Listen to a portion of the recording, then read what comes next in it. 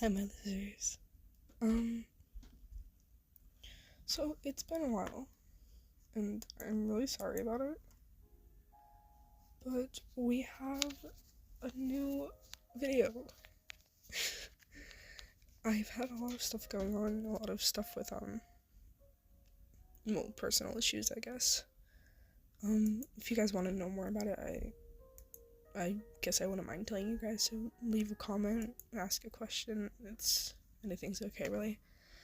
But yeah, so this is a Draco Malfoy ex-listener, fic that I wrote.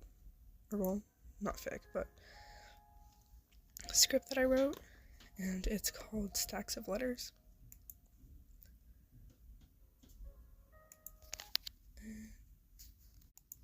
Sorry, I heard someone come down to my room, it freaked me out.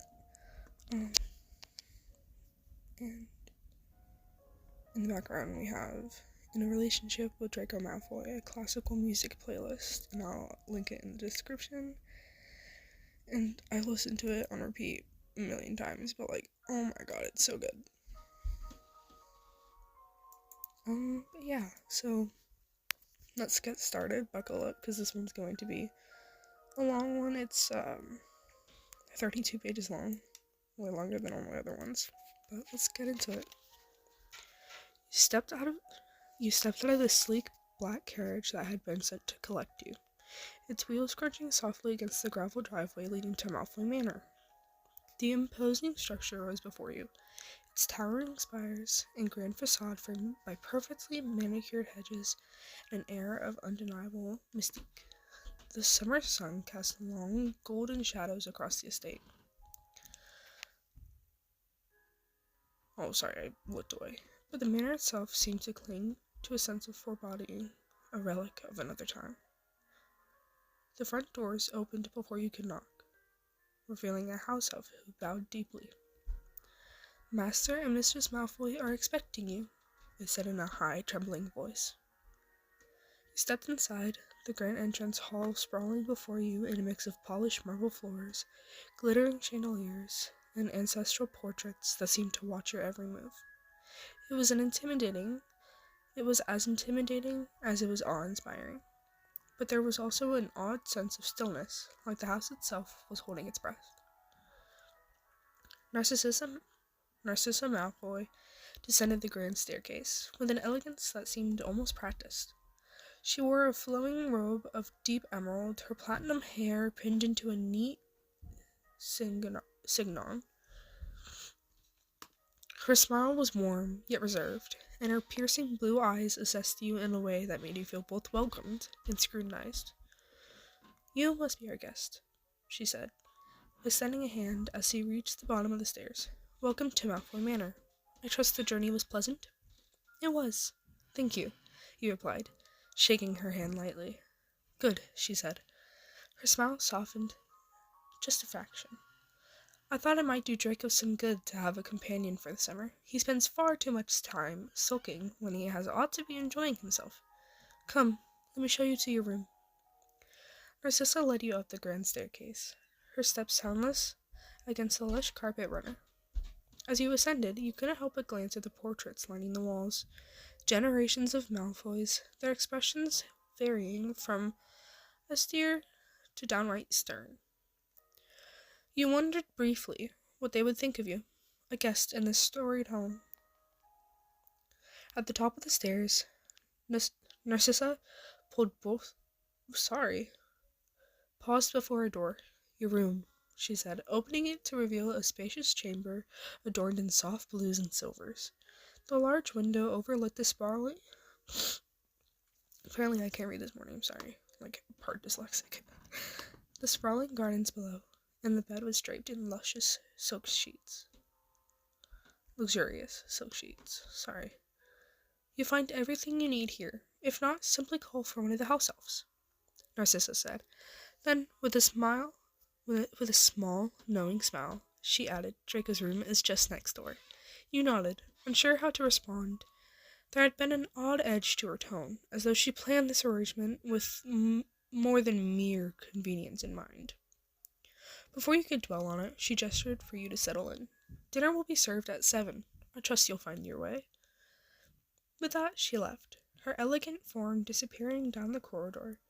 You stepped into your room, the door clicking softly behind you, and let out a breath you hadn't realized you'd been holding. Setting your bag down, you moved to the window, taking in the sight of the gardens below. A maze of hedgerows, a gleaming fountain, and rows of blooming roses. The serenity of it all was almost enough to make you forget the tension that had hung in the air since you had arrived. A sharp knock at the door startled you from your thoughts. You turned just as the door opened, revealing Draco Malfoy himself, leaning casually against the frame. His blonde hair was perfectly styled, and his gray eyes glinted with an unreadable expression, half courtesy, half curiosity, half something sharper. "So," he drawled, crossing his arms, "Mother's pet project for the summer has arrived." You blinked, unsure whether to be offended or amused by his tone. "Nice to see you too, Malfoy." His lips quirked in a faint smirk. "Try to keep up, would you? It gets dreadfully dull around here otherwise." Without waiting for a response, he turned on his heel and walked down the corridor, leaving you to wonder what exactly you gotten yourself into. The summer at Malfoy Manor had just begun. You stood in the quiet of your room for a moment, Draco's parting remarks still lingering in the air. His presence was as sharp as you remembered from your time at Hogwarts, and it seemed the grandeur of Malfoy Manor hadn't dulled his edge. You let out a small sigh, shaking your head before turning to your belongings. The room had an air of opulence, that made unpacking your rather humble trunk feel almost absurd. The wardrobe, a tall, ornate piece of furniture carved from dark wood, opened with a creak as you hung your robes and neatly folded your other clothes. A small desk by the window caught your eye next, stocked with fresh parchment, ink, and quills. Even in the quiet, there was an undercurrent of something alive about the manor, like it was observing you in return. As you placed the last of your things away, you realized with a start that the sun was beginning to dip below the horizon. Shadows stretched long across the room, and the soft glow of enchanted lamps flickered to life. You glanced at the clock on the wall. Nearly 7. Narcissa had said dinner would be served at that time, and you didn't fancy making a poor impression on your hosts by being late. You smoothed down your robes, taking one last look in the mirror before stepping into the corridor. It was quieter than you expected, the soft hum of distant voices your only guide as you made your way to the grand staircase. The portraits you passed seemed to track your every movement, and while their gazes weren't as unfriendly as you feared, they weren't exactly welcoming either. The dining room was a spectacle unto itself. The long mahogany table gleamed under the light of an extravagant chandelier, and the walls lined with more portraits, each Malfoy ancestor looking as imposing as the next. Narcissa was already seated at the head of the table, her posture impossibly straight, a soft smile curling her lips when she saw you enter. "Ah, there you are," she said. "Do, take a seat." You noticed Draco sitting right next to her, his eyes flicking up from the plate in front of him to meet yours. His expression was unreadable, though you caught the faintest hint of amusement in his gaze. You took the seat directly across from him, the cutlery before you polished to a mirror-like shine. "Did you settle in comfortably?" Narcissa asked, her tone warm but precise. "Yes, thank you," he replied. "The room is wonderful." "I'm glad to hear it," she said, her smile widening slightly. "I thought it would suit you." Draco snorted. Earning a sharp glance from his mother, he cleared his throat, reaching for his goblet with a nonchalance that didn't fool you in the slightest. Before the conversation could continue, plates of steaming food appeared before you as if by magic, likely because it was. The meal was elaborate, far beyond anything you were used to, with rich aromas that made your mouth water. Dinner began in polite silence, broken only by the occasional clink of cutlery. You stole glances at Draco as you ate, trying to gauge his mood. He seemed relaxed enough, though his sharp eyes occasionally darted towards you. as if trying to puzzle you out. Narcissa, sorry, heard something outside and I was like, oh. Finally, Narcissa broke the quiet. I do hope you and Draco will get along this summer, she said, her gaze flicking between the two of you. It's important to have companionship, Mother, he said, his tone a mixture of exasperation and warning. She ignored him, her eyes twinkling with amusement. Draco tends to keep to himself more than he should. Perhaps you'll be a good influence. I'll do my best, he replied, trying not to smile. Draco rolled his eyes, leaning back in his chair. I'm perfectly capable of managing my own summer without a babysitter, thank you. Oh, I have no doubt, Narcissa said smoothly. But humor me. Draco didn't respond, instead fixing you with a look that seemed to say, this is your fault, somehow. You merely raised an eyebrow, deciding it was better not to engage. The rest of the meal passed in relative calm, though you couldn't shake the feeling of being a piece on a chessboard in some grand game you didn't yet understand. When dessert was finished, and the dishes vanished with a soft pop, Narcissa excused herself, leaving you and Draco alone at the table. Well, Draco said, standing and brushing off his robes, I suppose you'll want a tour of the manor, unless, of course, you'd rather get lost on your own. You tilted your head. Is that your way of offering to show me around? Don't push your luck, he said, though the faint smirk on his lips softened the remark. Come on, then. Try to keep up. As he led you out of the dining room and into the labyrinthine halls of Malfoy Manor, you couldn't help but wonder what the summer had in store. Draco was as prickly as ever, but there was something beneath his sharp edges, a flicker of intrigue that made you think this might not be such a bad summer after all.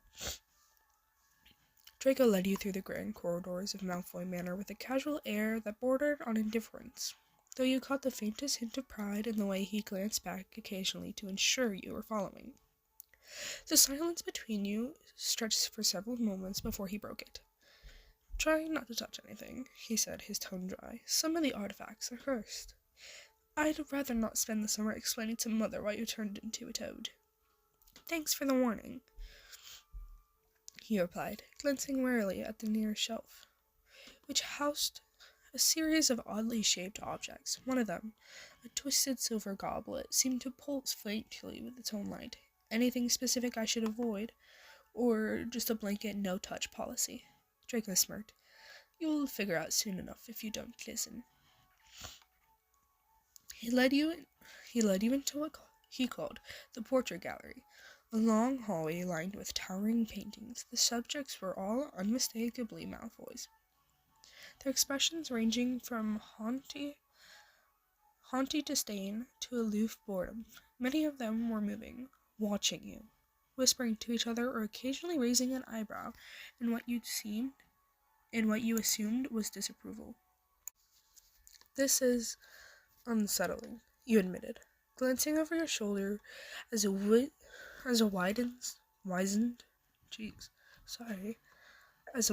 old man in one of the frames seemed to glare daggers at you. They like to judge, Draco said, his tone laced with amusement. Ignore them. They're mostly harmless. Mostly. You raised an eyebrow at him. And the ones that aren't? Well, he said, pausing and tilting his head toward a particularly large portrait of a stern-looking man holding a serpent-topped staff. Great-great-grandfather Pollux there once cursed a guest who insulted his collection of dragon bones. They ended up with scales for a month. Charming, he muttered, giving the portrait a wide berth. Pollux narrowed his eyes at you, but said nothing. Draco chuckled softly, leading you out of the gallery and into a sitting room. The space was lavishly furnished with an emerald green upholstery, dark wood paneling, and a massive marble fireplace. Above the mantel was a mirror so intricately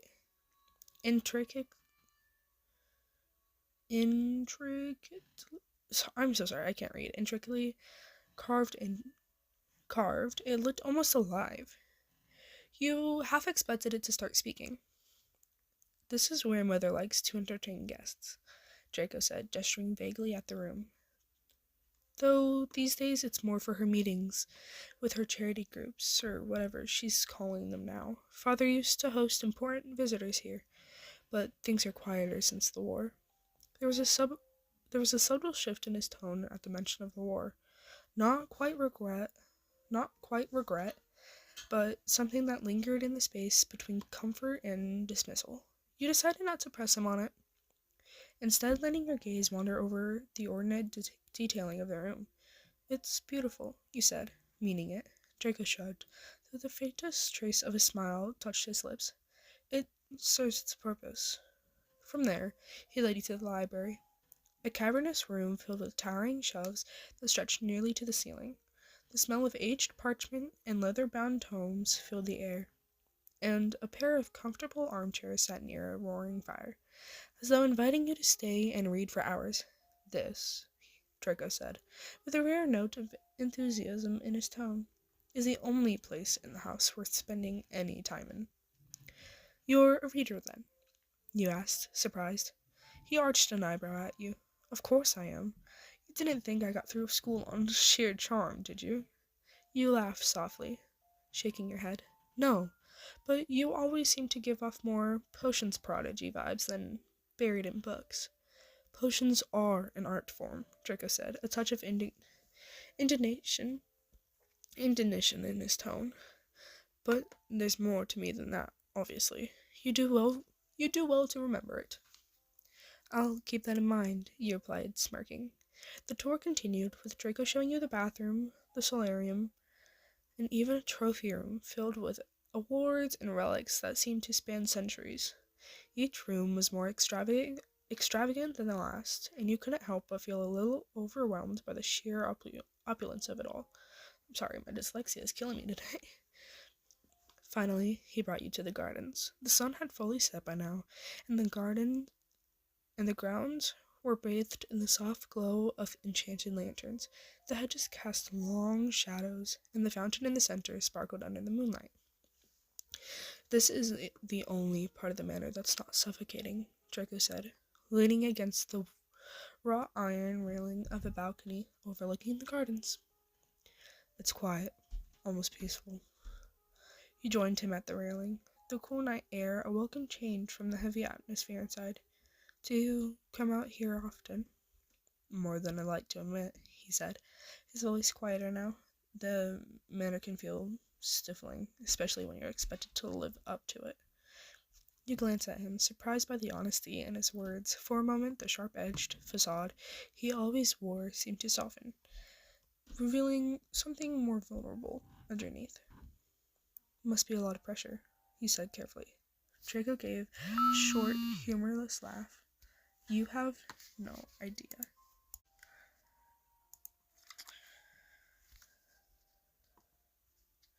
I had to go and do something, so I don't know where we left off. I'll just reread this part.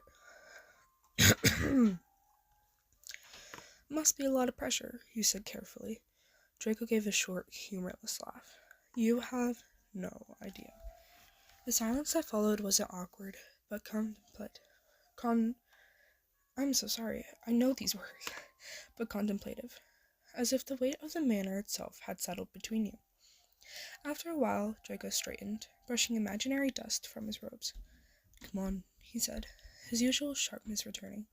"You've seen enough for one night." As you followed him back inside, you couldn't help but feel that, despite his prickly demeanor, there was more to Draco Malfoy than you'd ever realized. Perhaps this summer would be more interesting than you'd expected. Draco walked you back to your room in silence, his footsteps light against the polished wood floors of the corridor. The flickering glow of scones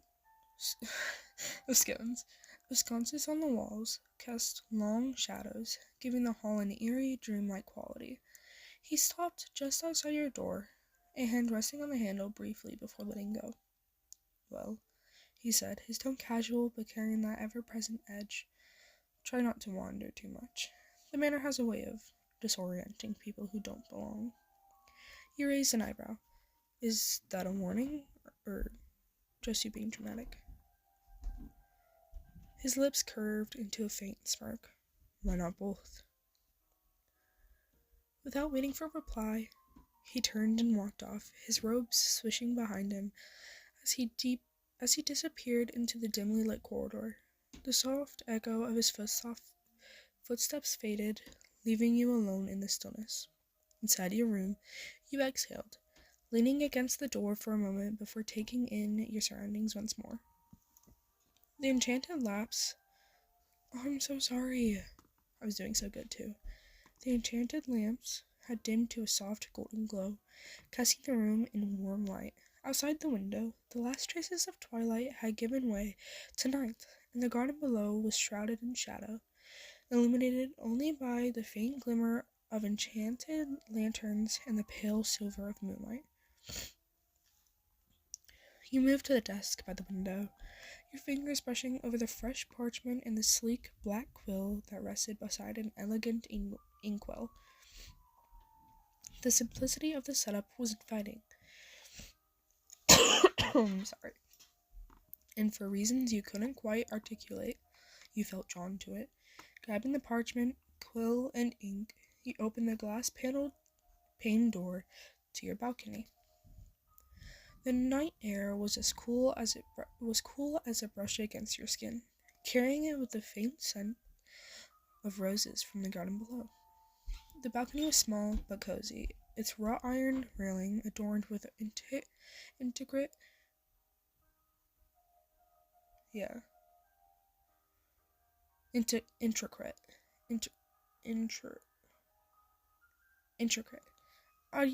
dyslexia, bro, what the fuck? Designs that seemed to shimmer faintly in the moonlight. You set the parchment and ink down on the small table and drew your wand, murmuring a soft lumos. The tip of your wand lit up, casting a warm glow over the parchment as you settled into the chair. The cold from the iron armrests seeped into your skin, but you didn't mind. It was grounding, a sharp contrast to the ethereal stillness of the manor. Sorry, I had to get water. There was something in my throat, and that's why I was coughing. For a while, you simply sat there, letting the quiet envelop you. The garden stretched out before you like a painting, its twisting paths and sculpted hedges bathed in faint silver light. Somewhere in the distance, an owl hooted, its mournful call adding to the solitude of the moment. You dipped the quill into the ink and began to write.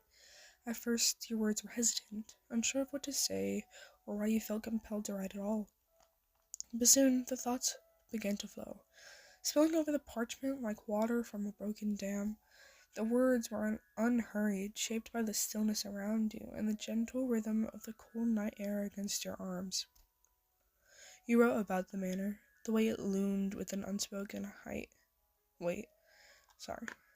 both beautiful and oppressive. You wrote about Narcissa's elegant warmth and Draco's sharp, guarded demeanor, and how the house seemed to mirror him in its grandeur and secrets.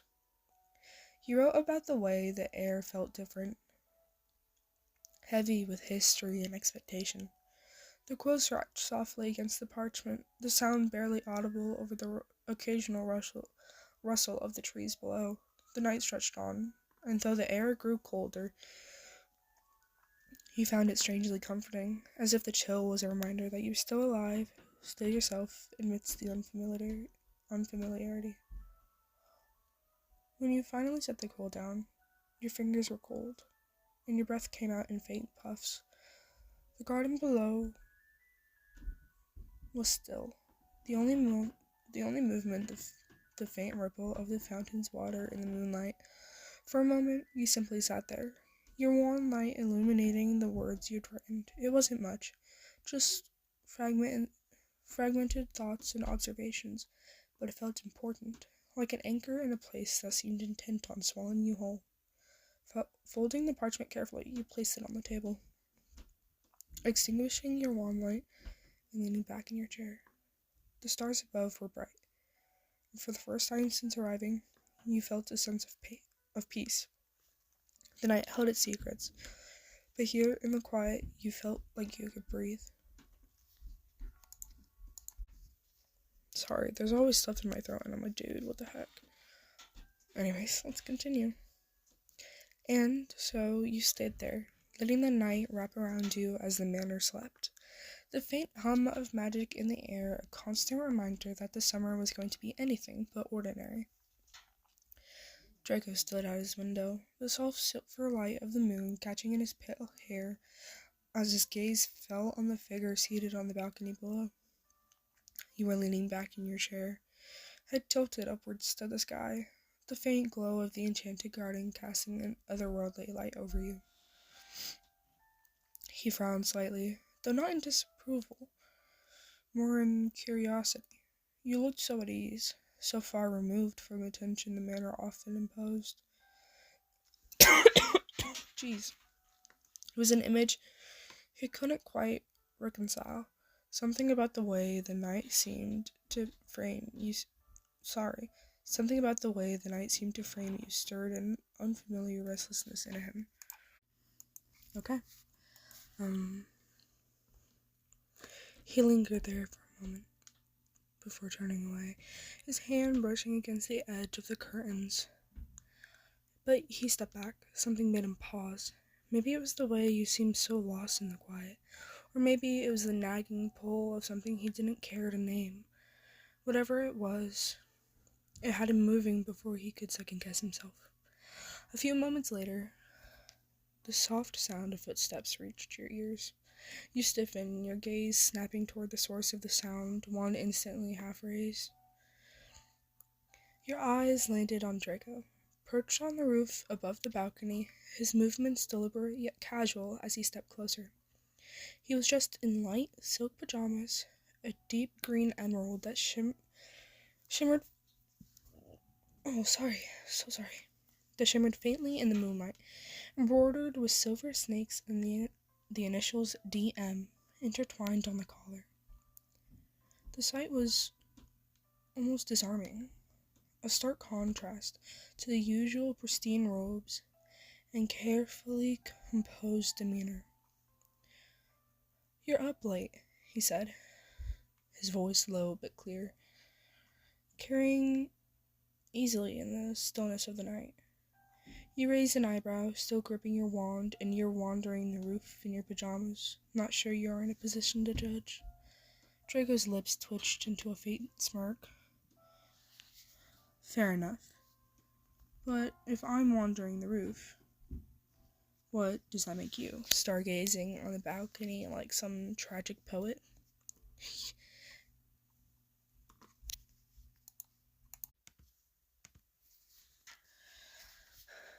You huffed a quiet laugh, lowering your wand, but keeping it within reach. "Maybe I just like the quiet. The manor isn't exactly comforting during the day." He considered that, stepping closer until he was near the edge of the roof, his hands resting lightly against the wrought iron railing that framed the space. His gaze flipped to the garden, then back to you. "Most people found it unsettling at night, too," he said, his tone thoughtful now. "The quiet can be deceptive." You met his eyes, the flicker of vulnerability in his voice catching you off guard. "Maybe," he said softly, "but sometimes deceptive is better than suffocating." His expression shifted slightly, a subtle crack in his usual mask. For a moment, neither of you said anything.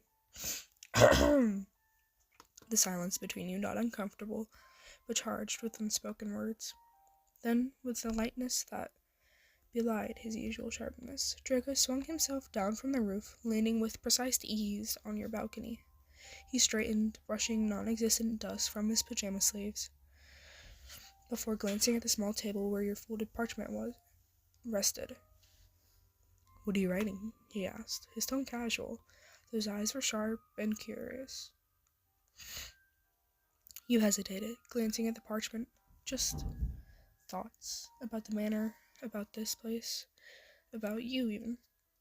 The last part slipped out before you could stop it, and you inwardly winced, expecting a snide remark, but instead Draco raised an eyebrow, his smirk returning, softer this time. "Me, Should I be flattered or concerned?" You shrugged, feeling the warmth of his gaze lingering on you. "I'll let you decide." He chuckled quietly, the sound surprisingly genuine. You're strange, he said, but there was no malice in his words, only a hint of amusement. Most people would have run screaming by now, or at least pretended to be asleep. Well, I'm not most people, he replied simply, meeting his gaze head-on.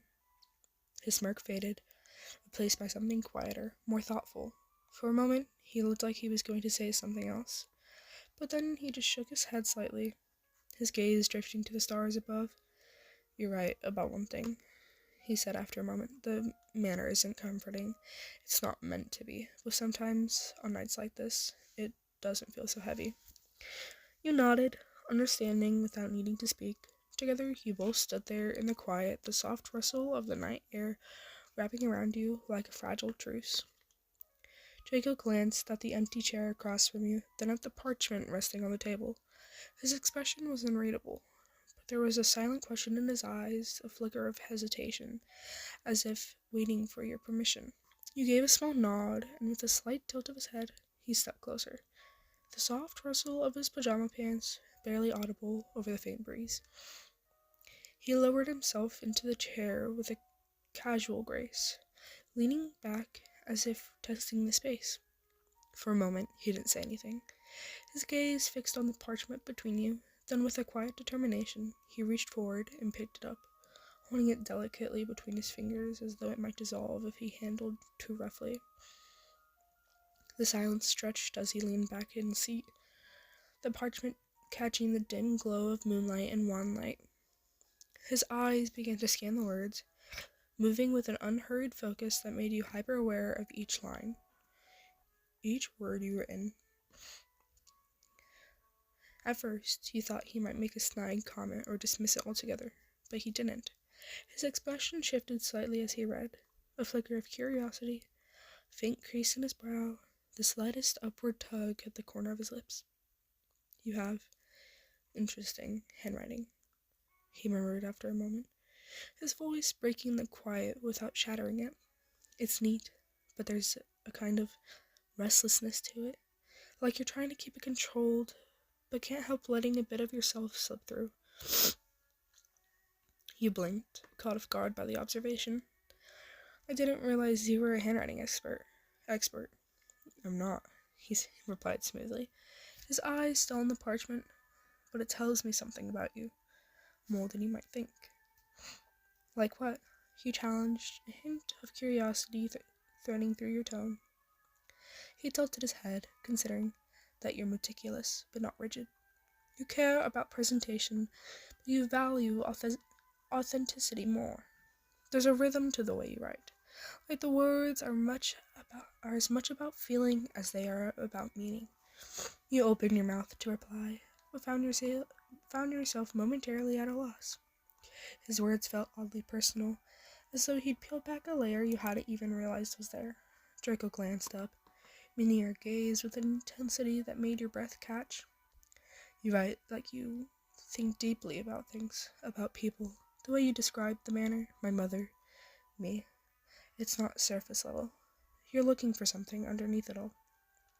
You shifted slightly in your chair, feeling exposed under the weight of his scrutiny. I didn't think you'd read that much into it, you admitted, your voice quieter now. He smirked faintly, though it lacked its usual sharpness. Most people don't notice much of anything beyond the obvious, but you notice too much. That's why the manner feels heavier to you than it does others. You're not just seeing it, you're feeling it. His words struck a chord, and you found yourself unable to look away from him. And you asked, your voice steadier now. What do you feel when you're here? Draco's expression shifted, the guardedness creeping back in like a reflex. He looked down at the parchment again, his fingers brushing lightly over the edge. It depends, he said, his voice softer. Sometimes it feels like a fortress, like it's keeping everything out. Other times, it feels like a cage. His honesty surprised you, and you wondered how much it had cost him to admit that. And tonight? You asked. He paused, his eyes lifting to meet yours once more. Tonight, it feels different, he said slowly, as though testing the words. Maybe it's because you're here. Or maybe it's just the quiet. I swear I'm not sick, guys. I'm just, dying. We studied him for a moment. The way the moonlight softened the sharp angles of his face. The way his expression seemed caught between vulnerability and defiance. You don't let yourself feel different often, do you? Draco exhaled a quiet laugh, his gaze flicking back to the parchment. No, different isn't safe. You wanted to say something, to offer some reassurance, but the words felt inadequate. Instead, you let the silence settle again. Comfortable and unforced. Draco returned his attention to the parchment, his eyes scanning over the words as though committing them to memory. You write like someone who doesn't belong here, he said after a while, his tone thoughtful, but also like someone who isn't afraid to try. You tilted your head, watching him. Do you think I belong here? His gaze met yours, his eyes searching yours for a long moment before he spoke. I think you belong where you decide to stand. The question is whether the manor will agree with you. And you asked, the question slipping out before you could stop it. Do you agree? Draco's lips curved into a small and enigmatic smile, his gaze holding yours. I suppose I'm still deciding. He set the parchment down on the table between you, his fingers lingering on it for a moment before he leaned back in his chair. The night stretched on around you, the garden below bathed in silver light, and for the first time, the silence felt like an understanding rather than a distance. And now we do a cute little time skip between you guys. The nights in the manor stretched on like silken threads, each one weaving into the next with a quiet rhythm that became familiar. Over the weeks, the balcony transformed into a sanctuary for you and Draco. A space where the weight of the world, the expectations, the secrets, the suffocating history could be momentarily set aside. Draco was always first to arrive, his footsteps soft but deliberate as he climbed down from the roof or stepped out through his own hidden path. He would greet you with that same casual smirk, his pajamas silk gleaming faintly in the moonlight, before lowering himself into the chair across from you. Without fail, his attention would flick to the fresh parchment waiting on the table, his curiosity as sharp as his words often were. So, I'm so sorry about all the pauses and stuff. My parents just left. Draco was always the first to arrive. His footsteps soft. Oh wait, I already read that. Sorry. Without fail, his attention would flick to the fresh parchment waiting on the table, his curiosity as sharp as his words often were. First, the routine was simple. You'd write during the day, your thoughts spilling onto the page in a steady flow. Oh my gosh. Draco would read them at night, his sharp eyes scanning each word with this quiet focus that made you feel exposed in a way you hadn't anticipated. He wrote about the manor, about its shadowed corners, and the way its magic seemed to hum in your ears. He wrote about Narcissa, her poised elegance, and the way her presence seemed to fill every room she entered. And reluctantly, at first, he began to write about him. It started small, a line here, a thought there, observations about his expressions, the way his smirks seemed to hide more than they revealed. The occasional flicker of vulnerability you caught when he thought no one was looking. You wrote about the sound of his voice, low and sharp, and the way it softened during these nights, as if the stars stole some of his edge. Draco noticed, of course.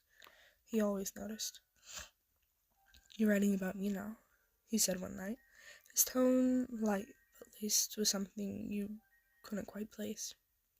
He set the parchment down, his fingers drumming lightly on the edge. Should I be flattered? You shrugged, your cheeks warming under his gaze.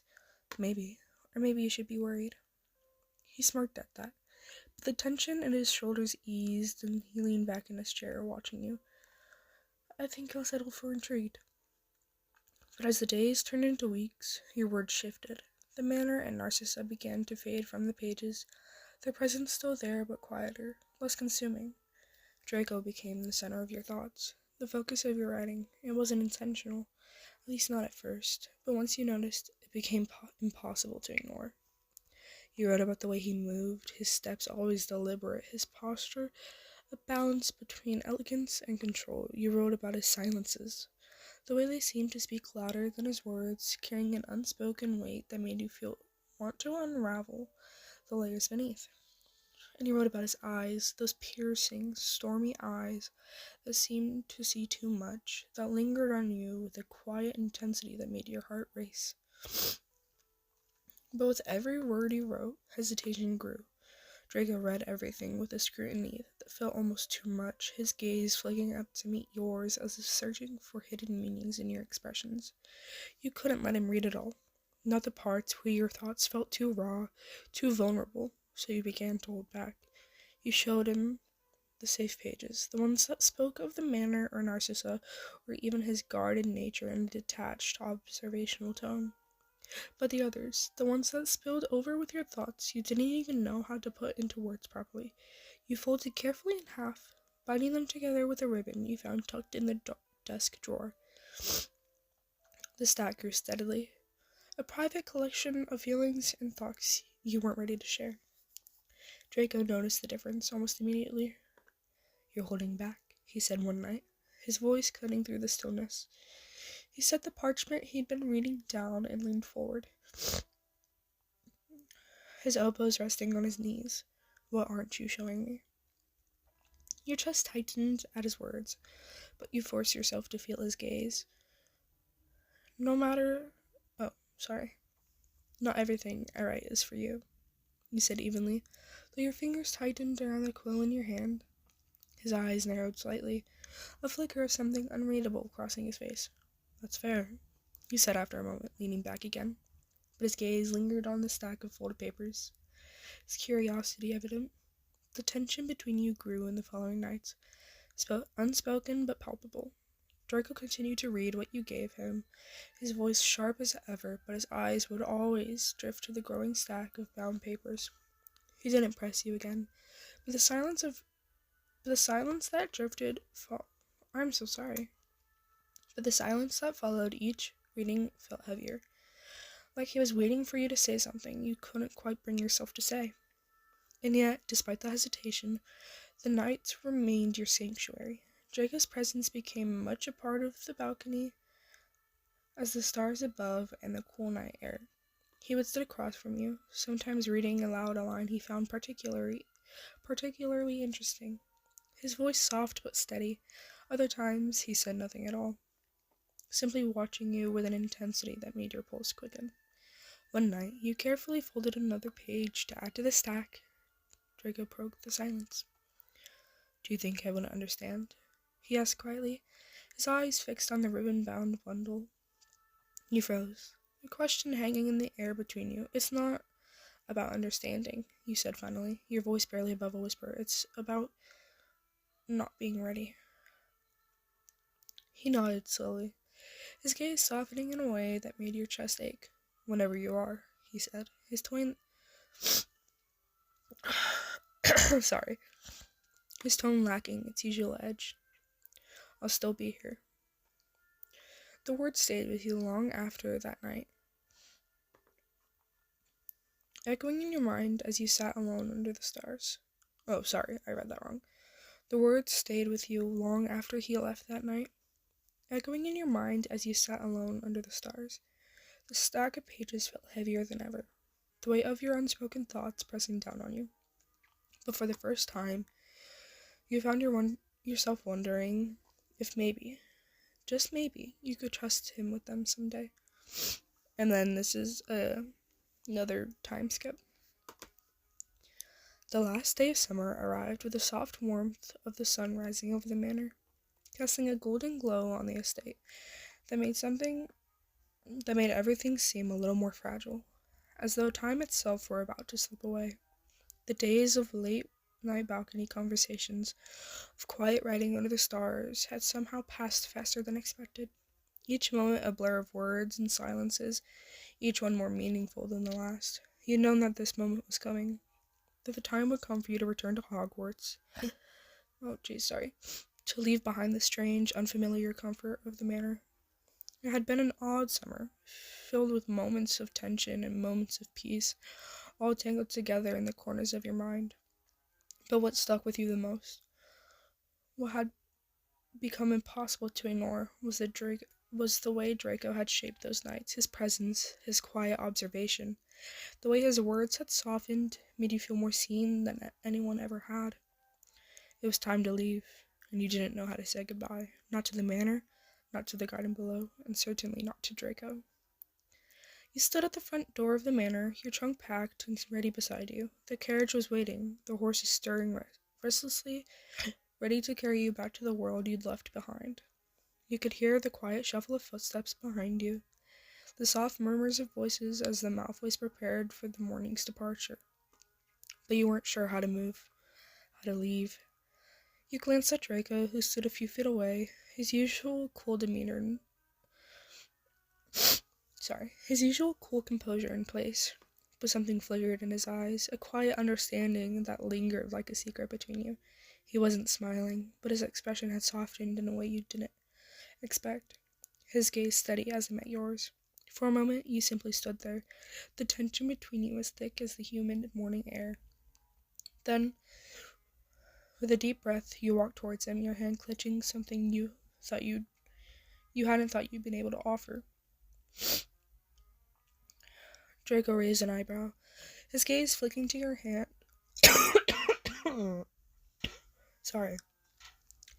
His gaze flicking to your hand where the I'm losing my voice now. Sorry. His gaze flicking to your hand where the thick stack of parchment was tied neatly with a ribbon, each page covered in your hurried, scribbled handwriting. It was a strange thing to hold, a weight in your palm, one that carried so much you hadn't even fully realized you'd written. You began, your voice trailing off as you stood before him, unsure of what to say. The words had come easily on the balcony, under the stars, but now, standing in the light of day, with the reality of leaving pressing down on you, the thought seemed harder to grasp. Draco's eyes softened just a fraction, the weight of the moment settling between you. "What's this?" he asked, his tone quieter than usual, the usual edge replaced by something gentler. You held out the stack of parchment, the ribbon crinkling slightly under your fingers. "It's for you," he said, your words feeling strangely heavy in the air. Everything I've written. About the manor, about the summer, about... You hesitated, feeling a strange lump in your throat. About you. His gaze flicked to the stack, then back to you, and for a moment, he didn't reach for it. The silence stretched between you, a quiet tension hanging in the air. You weren't sure what you'd expected. But it wasn't this, the moment where everything hung in the balance, where your feelings and words were in and secret laid bare in front of him. Draco didn't immediately take the stack, but his gaze softened, his eyes studying you for a long, quiet moment, as if weighing what you just said. "I'm not going to read it all now," he said quietly, his voice carrying a touch of something unspoken. "I'll take my time with it." He reached forward slowly, his fingers brushing the ribbon, untangling it gently before pulling the stack into his hands. You nodded, unable to speak for a moment, the weight of your emotions too much to articulate.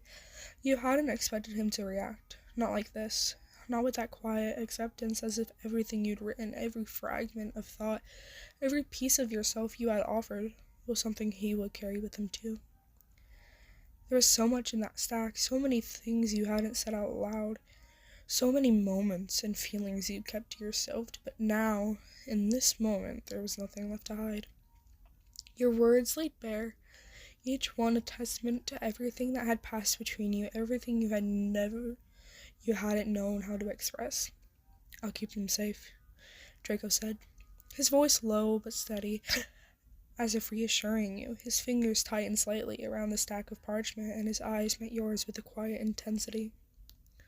"And when you come back," he trailed off, his words hanging in the air. But you knew what he meant. It wasn't a question, it was a promise. When you came back, whatever had been left unsaid would still be there, waiting for you both. You nodded, your throat tight.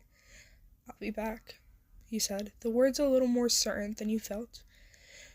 But there was something in his gaze, something in the way he held the pages so carefully, that made you believe it. Draco didn't say anything else. But there was a softness in his eyes now, a quiet understanding that had never been there before. He took a step back. The parchment still clutched in his hands, and for a moment neither of you moved. The sound of footsteps approaching interrupted the moment, and you turned to see Narcissa walking toward you, her presence as graceful and composed as ever. She smiled at you, her expression warm, though there was a subtle sadness behind her gaze. "Take care of yourself," she said, her voice quiet but sincere, "and don't be a stranger." "I won't," you said, forcing a smile as you turned back to Draco. "Goodbye," you added, though the word felt inadequate, a weak offering for the compacted knot of emotions inside you. Complicated knot of emotions inside you. Draco gave a small nod, his eyes lingering on you for just a second longer than you had expected. "Goodbye," he echoed, his voice low, and though the word was simple, it felt heavier than any goodbye you'd ever said. The carriage was ready, and the Malfoys were beginning to move toward it. You glanced one last time at Draco, standing there with a thick stack of parchment, his hands still lightly holding the ribbon. You felt a pang of something too complicated to name, as you climbed into the carriage, the door closing behind you. As the carriage began to roll away, you watched the manor fade into the distance, the silhouette of Draco still standing on the edge of the front steps watching you go. You didn't know what the future held, or what your return to Hogwarts would bring, but for the first time in weeks, you felt a quiet hope settle in your chest. Whatever the summer had been, whatever you had shared, you had left a piece of yourself behind in that stack of parchment, and somehow you knew Draco would carry it with him, just as you would carry everything you'd learned from him, and that, in itself, felt like the beginning of something new. As the carriage rumbled down the path, the manor disappearing behind you, you glanced one last time at the window, the empty space where Draco had stood, for the first time since arriving. You allowed yourself to wonder what would come next. What would happen when you returned to the manor again? And, here we go to another big time skip. The months at Hogwarts had passed in a blur of new faces, new classes, and a mix of excitement and trepidation. Each day had seemed to carry its own weight, the days growing shorter and colder as winter bled into spring. The landscape outside the castle windows had shifted from green to white and back again. Each season marking the passage of time, but the memory of summer never quite left.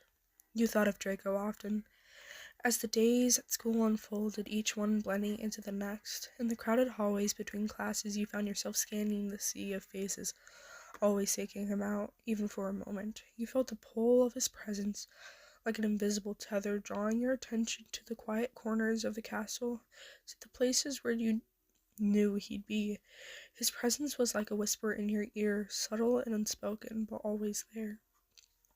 The briefest touch of his magic, this little shift in the air, was enough to make your pulse quicken, your heart skipping a beat. It was in class where you felt it most, his energy, a constant undercurrent that threaded through the mundane lectures and the endless flow of assignments. His magic was distinct, unmistakable, and even though he didn't speak to you often in the halls, his eyes, sharp and calculating, were always there, following your movements when you thought you weren't looking. But it wasn't just his gaze that lingered with you. You felt his presence, like a ghost in the background of every moment. Sometimes it was a brush of magic as he passed you in the corridors. Sometimes it was a lingering glance across the hallway, where you catch him reading, just as absorbed as you were in the pages of his book. But it was the letters that kept the summer alive. Each parchment that filled your briefcase, all those carefully written words documenting every single piece of your life since the manor. Each page was carefully recounting not just what had happened, but of what you felt, of the moments you couldn't let slip away. You wrote about everything, the mundane and the profound, how you missed the quiet serenity of the manor, how you longed to return, how Hogwarts felt like a strange dream that kept you tethered to something you couldn't quite reach. You wrote about the classes, about the smell of the forbidden forest after raid, about the strange bite you gotten when wandering too close to its shadowy depths. The bite had been deep, jagged, and cold, like something older than the forest itself. It had taken hours to heal, and the scar that remained was a constant reminder of your brush with danger. You often wondered if Draco would be interested in hearing about it, if he'd understand the weight of it, or if it would only be another story to add to the pile of things you'd yet to say. But you knew that one day, when you returned to him, he'd read it. Every word, every detail, every small emotion, every piece of you that you had kept for yourself, now laid bare on parchment, waiting for him. The days before summer break began to draw near The days before the summer break began to draw near had been filled with a certain kind of anticipation, an unspoken promise hanging in the air. The hallways of Hogwarts were alive with the energy of students packing their trunks, exchanging summer plans, and gossiping. Gossiping about what the coming holidays might bring. For most, it was a time of excitement and release. But for you, it was different. There was something you were looking forward to more than anything else. The return to the manor, to the place that held so many hidden meanings for you over the past year. To the place where Draco was waiting. You heard the whispers among students, the faint mentions of summer plans and travel, but none of it compared to the quiet promise you made to yourself. You were going back to the manor. You were going to see Draco again, and this time it wasn't just a fleeting summer memory. It was real, and that realization filled you with a restless kind of energy that you couldn't quite explain. Every letter you'd written over the past year, every word you saved up, was waiting for that moment when you could finally give it to him. It was as if the entire school year had been leading to this moment. The night before the end of term, your briefcase sat on the edge of your bed, its leather surface worn with use, its contents heavier than before. The stack of parchment inside seemed to pulse with its own rhythm, each page a part of your journey that had brought you here. You couldn't sleep. The thought of what was coming, the thought of seeing Draco again was enough to keep your mind racing. The school year was almost over, and with it, your briefcase full of words was about to be delivered. You couldn't help but smile to yourself as you imagined the moment, Draco taking the letters from you, reading them slowly, understanding the weight of everything you had written. When the day finally came, you could barely contain your excitement. The carriage that would take you home arrived just as the final bell rang, signaling the end of the term. The bustling chaos of the train station and the hurried goodbyes of your classmates felt distant and far away, like a world that didn't quite touch you anymore. As all you can think about was the journey ahead, the journey back to the manor. As you made your way to the gates, you saw the black carriage standing silently, waiting. The polished onyx green of the vehicle. Sorry, guys. I can't read anymore. The polished onyx sheen of the vehicle glimmering under the pale sun, and the horses that were hitched to it were as still as statues, their glossy coats catching the light. A house elf, dressed in a simple tunic, bounced up and down excitedly, ready to take your trunk and help load it into the carriage. You climbed in, your briefcase firmly resting on your lap, your hands wrapped around it as if it were a treasure. The moment the door to the carriage close behind you. The world seemed to fade away. The sound of hoofs striking the cobblestone was steady and rhythmic. And as the carriage began to roll forward, a sense of anticipation flooded you. The familiar path that led from Hogwarts stretched out before you, but your mind was already miles ahead. In the garden of the manor, standing before Draco once again, you had no idea what the future held, but for the first time, you felt a strange sense of certainty. The journey was long, but the landscape passing by seemed to move in slow motion, as though the world itself was giving you the time you needed to collect your thoughts. To prepare yourself for the meeting ahead, you thought about the way Draco had looked at you that final day at the manor, the unspoken understanding that had passed between you both, the way he had held the stack of parchment in his hands as if it were something precious. It wasn't just a goodbye, it was a promise, a bond that neither of you had put into words, but had both felt deeply. The closer you got to the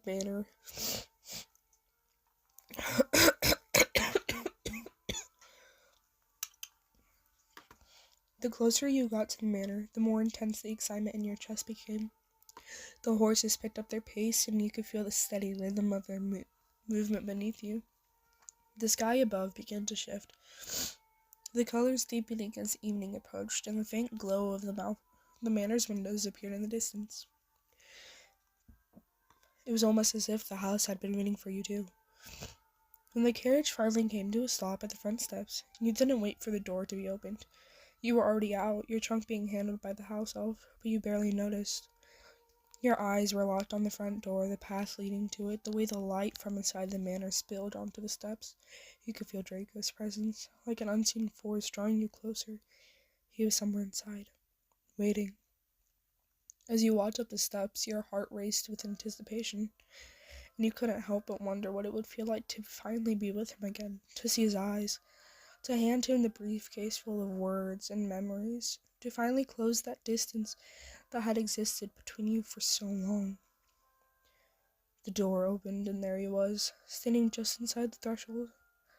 His gaze met yours, and in that moment it felt like the world had paused. The promise you made to each other, the unspoken bond, was real.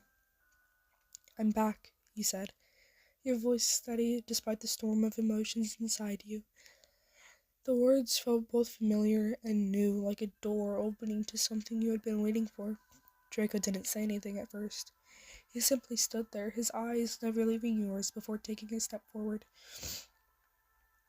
His hand reached out, and when it touched the briefcase in your hand, you felt a surge of warmth flood through you. The moment Draco's hand touched the briefcase, a warmth settled in the air, unspoken but undeniable. You felt the electric spark of contact, the way his fingers seemed to linger on the leather, as if grounding himself in the reality of your presence. His gaze softened, and for a moment, time seemed to stretch between you, wrapping around the two of you in a cocoon of silence. There was no need for words. Everything that needed to be said had already been written, had already been felt. Draco stepped back slightly, his hand still on the briefcase, as he tilted his head toward the hallway behind him, a silent invitation. You nodded, your heart a little tighter now. Not tighter.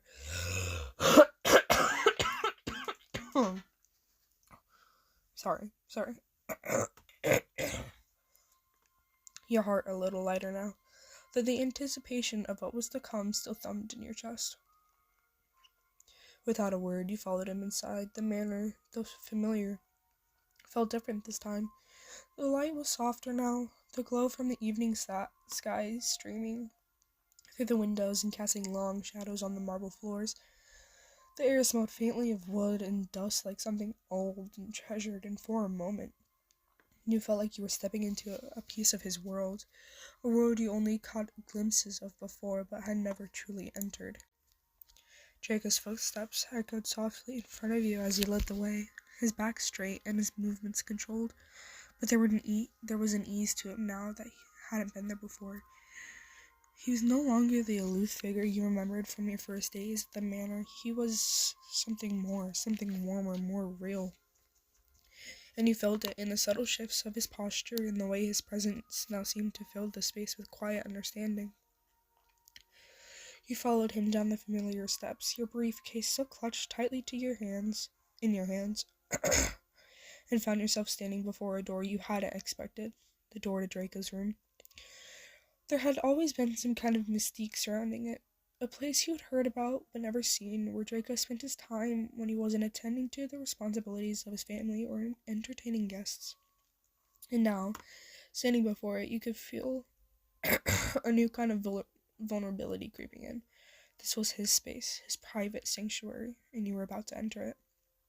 Draco didn't hesitate. He reached for the door and pushed it open with a smooth motion, the hinges creaking softly as it swung wide. The door... The room behind was dim, bathed in the golden light of a simple lamp on the far side of the room, casting the shadows of bookshelves and furniture across the walls. You could see the faint outline of a large bed in the center with rich, dark linens pulled tight over the mattress, the edges perfectly straight. His room was exactly how you had imagined it, elegant but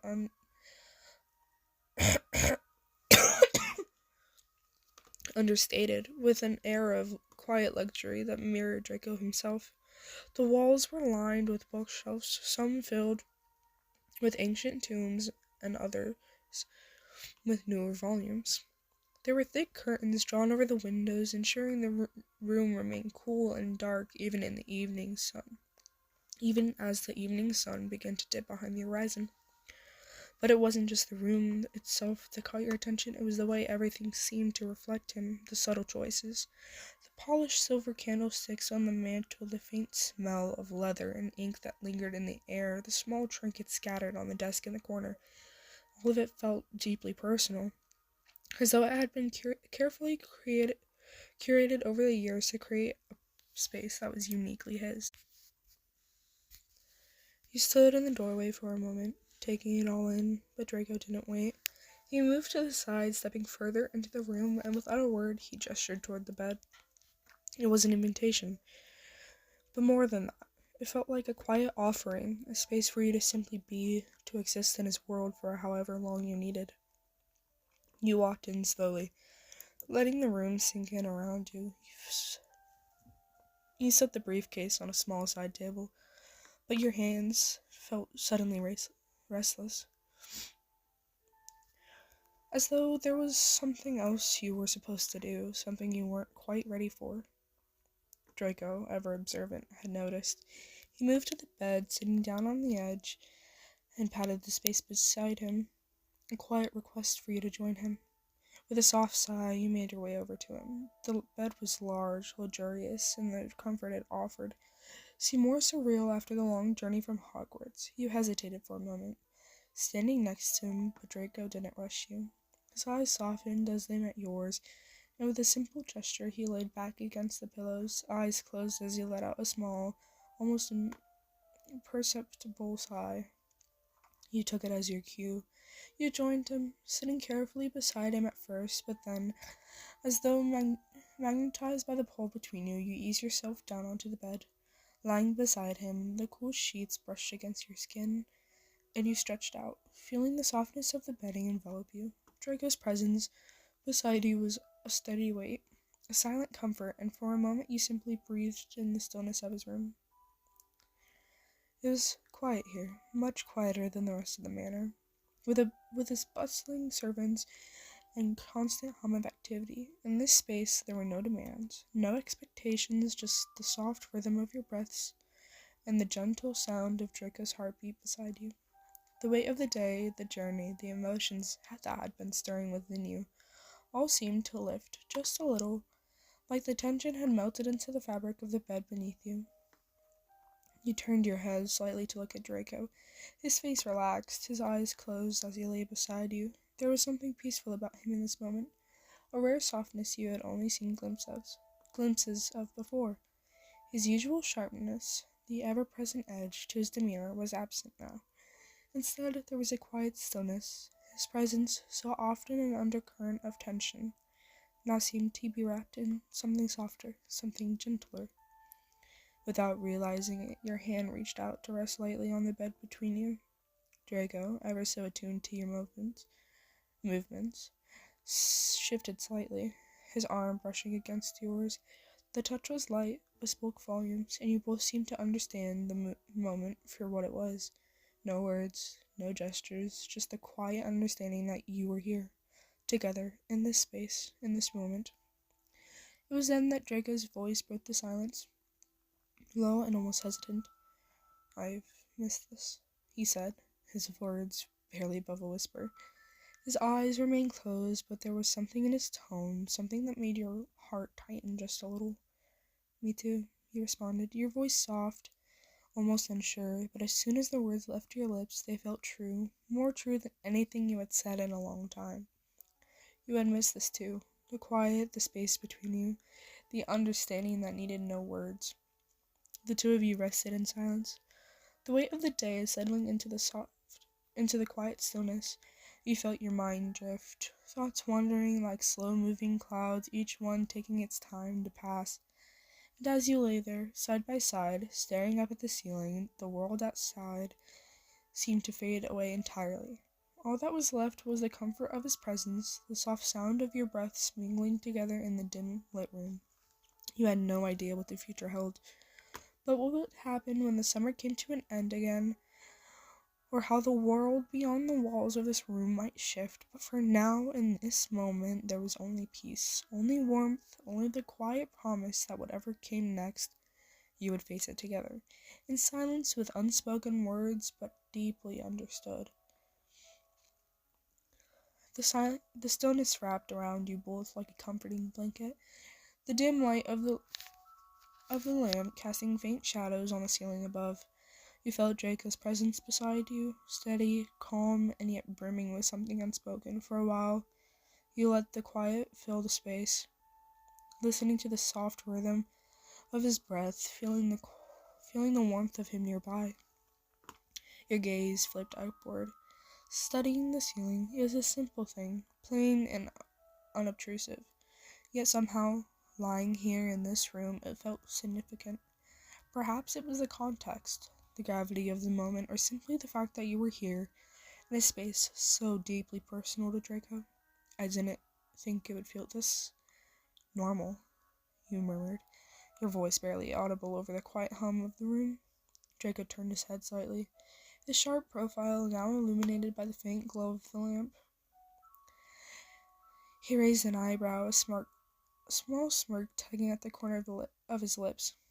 "Normal," he echoed, his voice carrying a faint trace of amusement. "I wasn't aware lying on my bed with someone who insists on sending me volumes of parchment was supposed to feel normal." He laughed softly, the sound breaking the stillness but somehow fitting perfectly. "You're not complaining about those, are you?" you teased, your tone light, but there was an edge of curiosity there. His expression shifted, the smirk softening into something more thoughtful.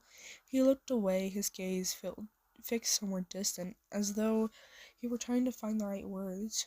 "No," he finally said, his voice quieter now. "I'm not complaining. They helped. More than you know."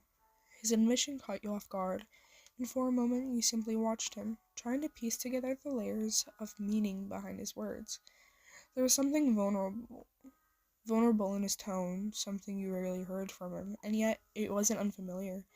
It reminded you of those nights on the balcony, the way his walls had seemed to lower just enough to let you glimpse the person beneath. "You could have written back, you said, softly, a hint of teasing in your voice, but your words carried a deeper truth. Draco turned his head to look at you, his eyes sharp and searching. "I thought about it." His voice low. "Oh," he admitted, his voice low, "but I didn't know what to say. You've always been better with words than I am." He smiled at that, the warmth of his honesty settling in your chest. "You don't have to say anything," you replied gently. "Just being here is enough." Draco's gaze lingered on you for a moment, his expression unreadable, but there was something in his eyes, a quiet intensity that made your heart race. Slowly he shifted, leaning back until he was laying flat beside you, his head resting on the pillow. The movement was deliberate, unhurried, and it brought him closer to you, his arm brushing it lightly against yours. You turned your head to look at him, the closeness making your pulse quicken. His eyes met yours, and for a long moment neither of you spoke. The air between you seemed to hum with something unspoken, a connection that didn't need words. Do you remember the last night on the balcony? Draco asked suddenly, his voice barely above a whisper. You nodded, the memory rushing back in vivid detail, the way the stars had seemed impossibly bright, the way his presence had made the vastness of the night feel less overwhelming. I do, he said softly. I remember. Draco's gaze softened, and for a moment you thought he might say more, but he didn't. Instead, he reached out, his hand brushing against yours on the bed. The touch was light, tentative, as though he were testing the boundaries of this new, fragile intimacy. You didn't pull away. Instead, you turned your hand over, letting your fingers intertwine with his. The gesture was simple, but it carried a weight that neither of you could ignore. The silence stretched between you again, but it was a comfortable silence now, filled with quiet understanding that had always seemed to exist between you. As you lay there, your hands intertwined, you felt a warmth settle over you, a sense of belonging that you hadn't realized you'd been missing. Eventually, Draco shifted, breaking the silence with a soft sigh. I never bring anyone here, he admitted, his voice quiet but steady. This room had always been mine, a place where I could be alone. You looked at him, your brow furrowed slightly. Then why bring me here? You asked, your voice gentle but curious. Draco's eyes met yours, and for a moment you thought he might deflect the question. But then he spoke, his tone more vulnerable than you'd ever heard it. Because it doesn't feel right being alone anymore. Not with you here. The words hit you like a wave, and for a moment you didn't know how to respond. But then you smiled, a soft, genuine smile that seemed to light up the room. I'm glad, you said, simply, your fingers tightening around his. Draco didn't respond, but he didn't need to. The way his gaze lingered on yours, the way his hands stayed clasped in yours, said everything. As the night deepened, the two of you lay there in silence.